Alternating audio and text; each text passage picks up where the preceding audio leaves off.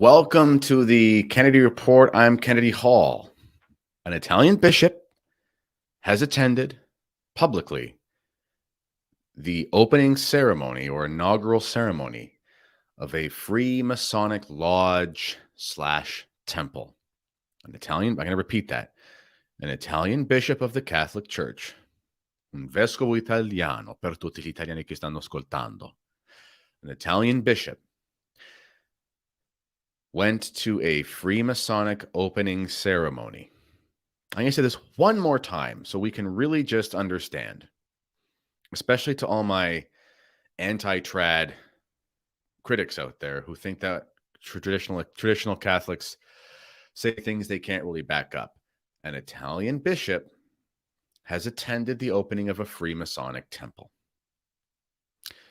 Welcome to the Kennedy Report. As I said, we're going to get into the details of that first, but please like this video, subscribe to this channel, click the links in the description, click the notification bell. You know the deal. Smash the like button, so on and so forth. And just before we continue, I want to tell you about this little project that I did for my good friend Taylor Marshall. We recently were streaming on his channel. I'm going to share with you here I'm going to share. Does present screen? Is that different? Okay, they changed it to present. Okay, I'm going to share with you here this tab. And this is the Antichrist and Apocalypse book. And I'm actually going to play a sample of this so you can see how much you might enjoy listening to this audiobook. So just take a quick listen. Apparition of Fiery Christ. We rightfully remember our Lord Jesus Christ as the baby in the manger at Jerusalem, as walking on water, as crucified on the cross, and as risen from the dead. Recall, however, that after Christ rose from the dead, Mary Magdalene and the disciples had difficulty recognizing him. If Apocalypse means taking away the veil, then we need to remove the veil and see Christ as he is now. The Son of Man with white hair and fiery eyes. Apocalypse chapter 1, verses 13 to 16. And in the midst of the 7 golden candlesticks, like one to the Son of Man, clothed with a garment down to the feet, and girt about the chest with a golden girdle. And his head and his hairs were white, as white wool and as snow. Okay, so that is Antichrist and Apocalypse. It's a collection of commentaries in the book of Revelation. Taylor Marshall brings you to it. It's a wonderful book. I narrated the book. It's wonderful reception. We want to keep it going because we need more good Catholic audiobooks. If you are a publisher, an author, and you're looking to hire somebody to do audiobook narrating, this is something that I can do. This is my second professional one. I'm your man, because not only do you want someone to read it who has a voice you enjoy, but you also want to have somebody to read it who enjoys the content and therefore will read it the way that it should be read.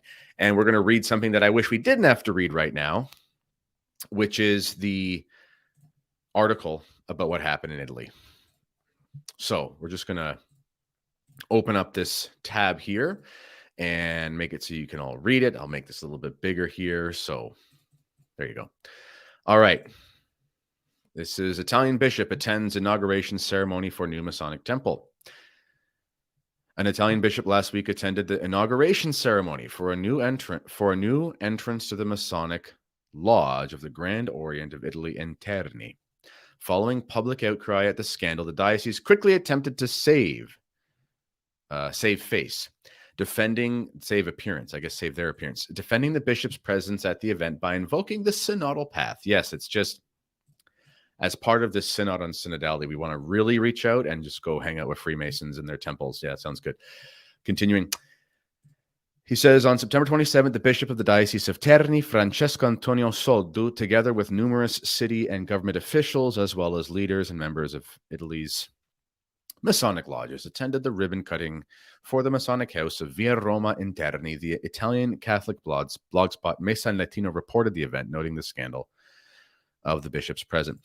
You can look this article up on LifeSite. Mesa in Latino is very well established, and they always report the truth. So according to the website and announcement of the Grand Orient of Italy, the ribbon was cut by Grand Master Stefano Bisi, who was welcomed in front of the Via Romana headquarters by Luca Nicola Castiglione, president of the Circumscriptional College of Worshipful Masters of Umbria, Gabriele Cardona, president of the Council of Worshipful Masters of Terni, and numerous brothers. After the ceremony, the announcement continued. A visit to the Masonic house, which has 2 temples inside, took place, which was attended by Mayor Leonardo Latini, Prefect Giovanni Bruno, and Bishop Francesco Antonio Soddu, who in their messages of greetings thanked for the invitation and expressed the hope the initiatives such as this can nurture dialogue and comparison of different realities by defeating prejudices. Gobbly, whatever that means. Parliamentarian Raffaele Nevi and City Councillor Cristiano Ceccotti, or is it Ceccotti? I don't know. Ceccotti, I think, with 2 C's, were also present. Okay, so here's Bishop Soddu right here. You can see right there where my mouse is going. Joins the ribbon cutting. Okay, let's just, oh my goodness gracious. This is the kind of stuff that makes you just, wow, go to the liquor store. But in any case, being a Freemason is an excommunicable offense. Like it's stamped it, locked it, can't erase it. You're done. You're done. And especially Italian Freemasonry. Look at the history of the P2, La Propaganda Due, the Grand Lodge or the Big Lodge of Italy, where they actually released a plot to destroy the church. It was put out by the pseudonym Piccolo Tigre. I think his name, Little Tiger. This is the, I'm blanking here on the name of it for some reason, but Propaganda Due. Goodness gracious, my trad credibility is going to be gone. Anyway, it's that famous document, I'm blanking, that was found to destroy the church. Goodness gracious, I need to look this up here quick. This is, Alta Vendetta. There you go. There you go. The Alta Vendetta was if you don't know what that is, I'll actually look it up quick for you here. So the Alta Vendetta is,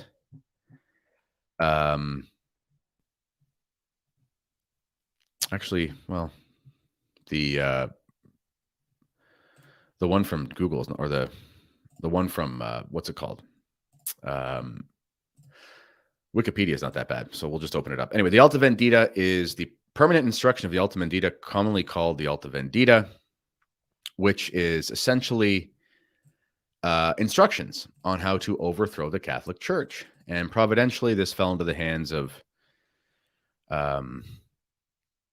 Little Tiger, written by Piccolo Tigre, supposedly the pseudonym of Jewish Freemason George F. Dillon, a proponent of the theory of Masonic war against Christian civilization.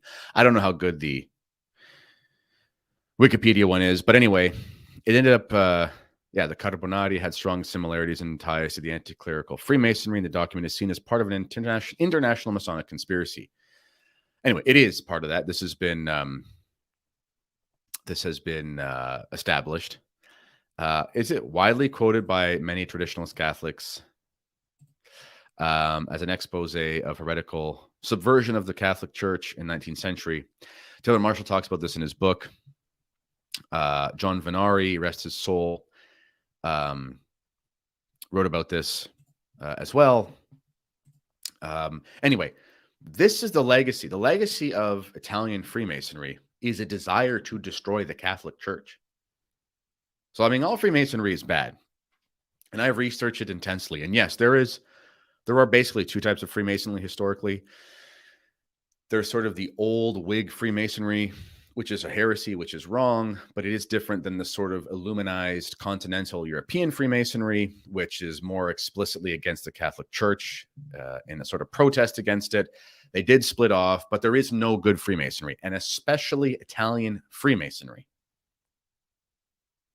They want to destroy the church. Read Father Charles Murr's book, Murder in the 33rd Degree, which I also did the audiobook for. He goes through the investigation into the Roman Curia. He was close personal friends, the driver, the roommate, the confidant of Cardinal Gagnon, who was chosen by Pope Paul VI and subsequent popes to investigate into the Roman Curia, found out who the Freemasons were. Cardinal Baggio, who was picking the bishops of the world. He was the kingmaker, head of the congregation for bishops, whatever the technical title would be of that.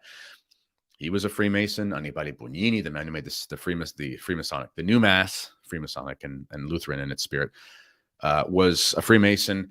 You know, this stuff is everywhere. And here we have a bishop. Let's share this again. We have a bishop of the Catholic Church in Italy, the place where we know that it is the established intention to destroy the Catholic Church. He was appointed by Pope Francis in 2021. He wrote, participating all jubilant in the ribbon cutting and, well, this is what they talked about at Soria Mason Latino. All jubilant in the ribbon cutting and then taking the ritual photo next to the two columns placed at the entrance of the lodge in one of the Masonic temples. The Grand Master Stefano Bizzi, in his keynote address, expressed typical Masonic anti-clerical sentiments, praising the secular state as the one and only guarantor of freedom and voicing the hope that September 20 would be restored as a holiday in celebration of liberation from Italy from the domination of the church. Today, Bizzi declared, as in the past, our goal is always the same, to celebrate all the battles of freedom, starting with the one that in 1870, with the breach of Porta Pia, put an end to the domination of the church, favoring the birth of free and secular Italy. So, there's more to go on here. Oh, goodness gracious. This is a statement from the diocese. Regarding the opening of the new entrance of the GOI headquarters in Terni, the diocese stated, astonishment, bewilderness, and bitterness are aroused by the instrumental reading deliberately misunderstood and misrepresented of Bishop Soldu's presence at this circumstance. There you go, folks. And you know what? All the anti-trad, pseudo-trad commenters out there, mea culpa. We should heed the bishop's advice here. We're just bewildered and we just have bitterness. But this is because we're not reading this properly. See, when we look at a bishop of the Catholic Church in Italy at an opening for a Freemasonic temple, something that if you join it, you're damned for all eternity unless you repent. When we look at that, we're just misunderstanding it. We think that him smiling and holding the ribbon to open the temple is just what it looks like. But apparently this is part of, as the diocese said, it's part of the synodal path.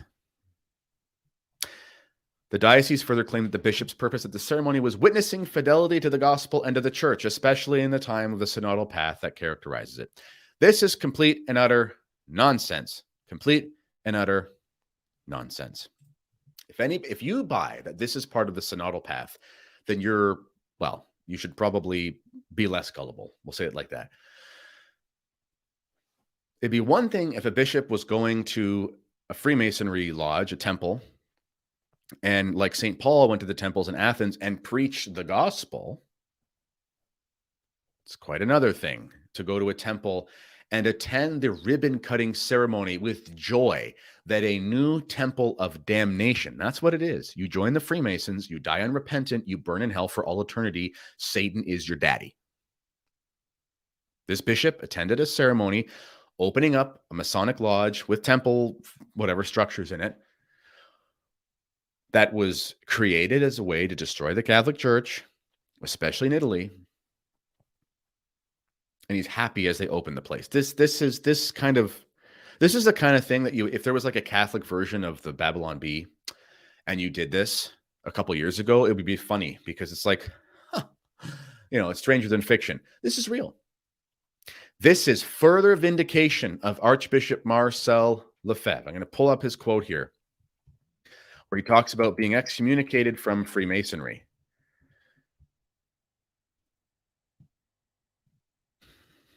Okay. I'm just going to bring this up, Lefebvre.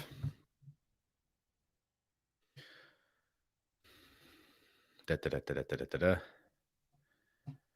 not going to come up easy, is it?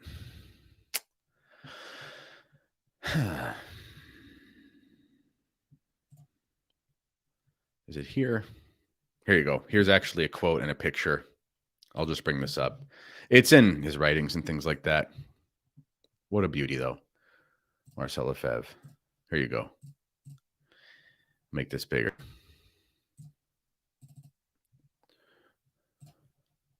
There you go. If I am excommunicated by a Masonic lodge, Deo gratias. I don't know if that's the actual one. I'm going to just double check that here.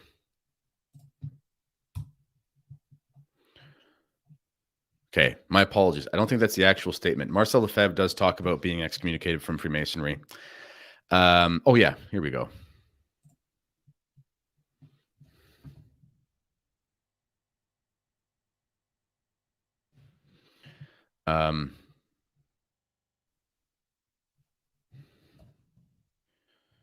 Apologies here, ladies and gentlemen.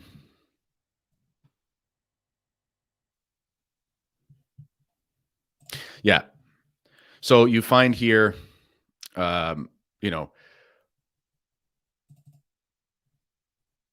we are accused of being excommunicated when really we are excommunicated by Freemasonry. Okay. So people will accuse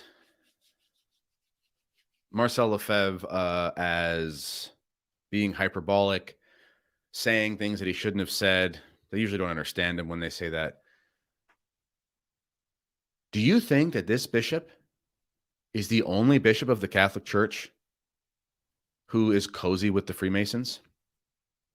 Are you certain he's not a member? Are you certain there are other clerics who aren't members? Can you really say that?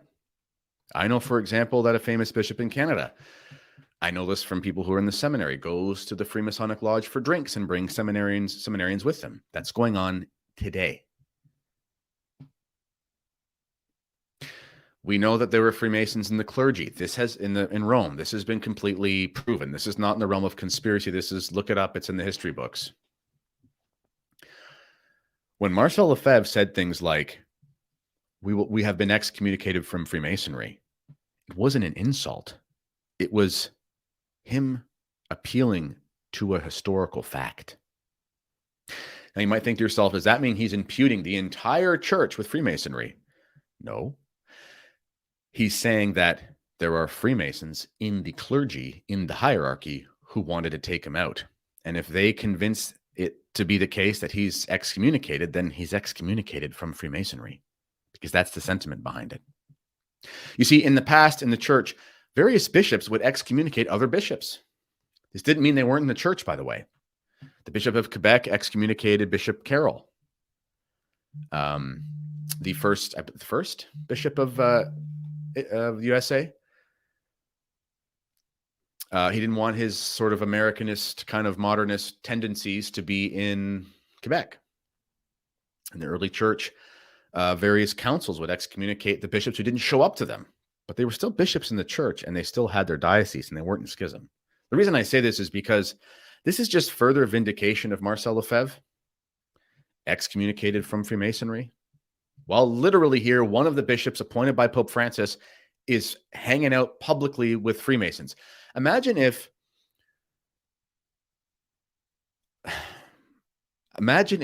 your local pastor said, I'm going to go to the ribbon cutting ceremony of a temple to Thor, and then I'm going to go in there and have a lunch with them and hang out. Well, some of you might think that was totally fine. If you do, then you don't think like a Catholic. That's insane. This is not how the bishops of the Catholic Church are supposed to act. I don't know what the penalty should be for a man like this. Suspension or something. I mean, we can't prove that he officially joined a Freemasonic lodge, but he literally went to the opening of a Freemasonic lodge where the person making the speech professed thanks that the church no longer ruled Italy. So he was saying thank you for the 1870 Masonic Revolution in Italy that saw the sequestration of the popes, the taking away of the papal states, and the destruction of Christendom, which essentially in many ways led to World War I and the spread of communism in Europe. That's the company that this bishop is keeping and praising. But apparently it's all because of the synodal path. So anyway, pray for this bishop because he will be damned for all eternity if he does not repent of his public scandalizing of the faith and spreading the misconception amongst his flock that you can go and be happy-go-lucky with demonic cults that want to destroy the church. You heard it here first, folks. Well, like this video, subscribe to this channel, click the notification bell. Check out Taylor Marshall's audiobook my audio reading of Taylor Marshall's new book. Click the links in the description to see how you can support us. Thank you to all you supporters and so forth out there. Well, this has been the Kennedy Report. Until next time, God bless.